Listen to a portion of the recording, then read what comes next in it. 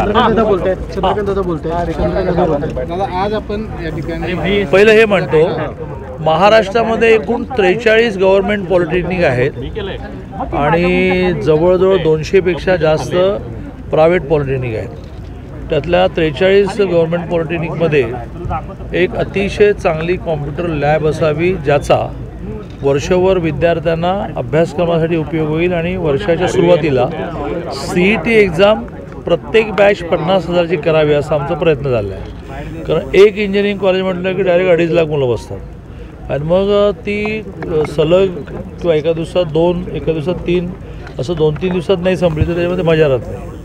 आणि त्यामुळे दुहेरी फायदा लक्षात घेऊन 43 पॉलिटेक्निकला प्रत्येकी 40 म्हणजे जवळजवळ 1600-1700 कॉम्प्युटर आम्ही दिले. प्लस प्रत्येक पॉलिटेक्निकला एक एक्सलन्स सेंटर, एक रोबोट सेंटर देऊन थिअरीमध्ये आजपर्यंत जे शिकावं लागत होतं ते प्रॅक्टिकली त्यांना हाताळायला मिळावं असा एक प्रयत्न चालला आहे. तेही आत्ता government polytechnic Kolhapur, government polytechnic पुण्याच्यामध्ये इन्स्टॉलेशन झाली. सगळ्यांच्या ऑर्डर निघालेल्या आहेत, सगळ्या ठिकाणी लागेल आणि त्याच्यातून जगामध्ये आपल्या डिप्लोमा होल्डर्सची डिमांड जास्त वाढली. त्यांचं म्हणणं असं आहे की इंजिनिअरिंग इतकं आम्हाला नॉलेजही नको आहे, पण डायरेक्ट तुमचं स्किल डेव्हलपमेंट, ITI असंही नाही चालणार. आणि त्यामुळे डिप्लोमा हे त्यांच्या दृष्टीने खूप ॲट्रॅक्टिव्ह स्टेज झालेली आहे. म्हणून आम्ही पॉलिटेक्निकवर भर देतो आहे. यावेळेला आम्ही पॉलिटेक्निकची विद्यार्थी संख्याही खूप वाढवली. 85,000 विद्यार्थ्यांची संख्या आम्ही 1,15,000 नेली, ज्याला आम्ही स्कूल कनेक्ट नाव दिलं. मे महिन्यामध्ये सगळे प्राध्यापक गावोगाव फिरले आणि विद्यार्थ्यांच्या पालकांना भेटणं, पॉलिटेक्निक समजावून सांगणं, ऑपॉर्च्युनिटी समजावून सांगणं, सरकार किती फॅसिलिटीज आहे ते सांगणं. पण डायरेक्ट आमची संख्या 85,000ची 1,15,000 झाली. इंजिनिअरिंग कॉलेज नव्याने सुरू झालं, त्याच्या सगळ्या इमारती या वर्षभरात बांधून पूर्ण करायच्या आहेत. त्याचे पायाभरणी. चला आता राजकीय भारतीय जनता पार्टीच्या ज्या नेत्यांनी धार्मिक तेढ निर्माण व्हावं असे वक्तव्य केलेले आहेत, यांच्या संदर्भात अजितदादा पवार गटाचे नेते दिल्लीत तक्रार करणार आहेत असं. मग तुम्ही अजितदादांनाच विचारलं पाहिजे की काय तक्रार करणार आहेत, आणि मग ते तक्रार करणार असेल तर दिल्लीचे नेते काय काय म्हणाले हे पण त्यांना तुम्ही विचारलं पाहिजे. दोन्ही विचारून झालं की मला सांगा. वन नेशन वन इलेक्शन धोरण आहे ते केंद्र सरकार काय चुकीचं आहे?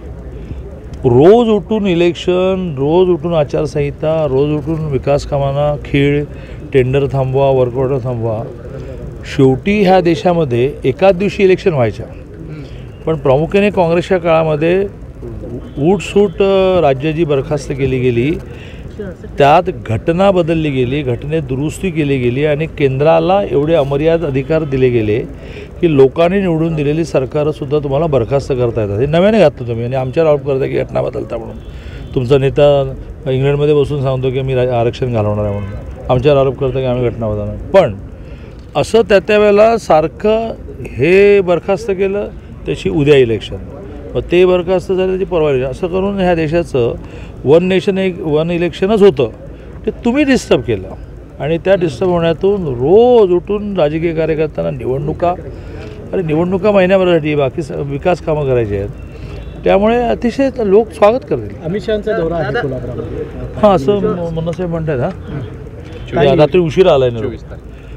त्यांचा प्रवास विभागशा होतो आहे आणि बूथपर्यंतचा कार्यकर्ता म्हणजे 4-5 हजार संख्येने त्या विभागाची ते व्यवस्थित सभाने बैठक घेणार.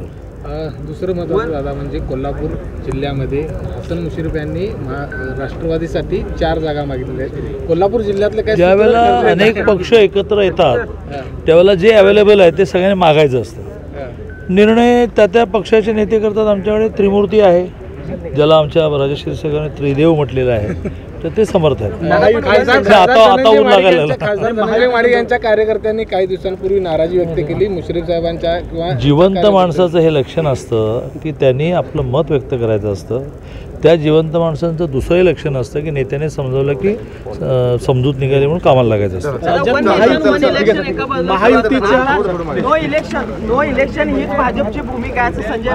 संजय राऊत काय म्हणतील त्यांचं कोण हात धरणार आणि कोण त्यांचं तोंड आवडणार.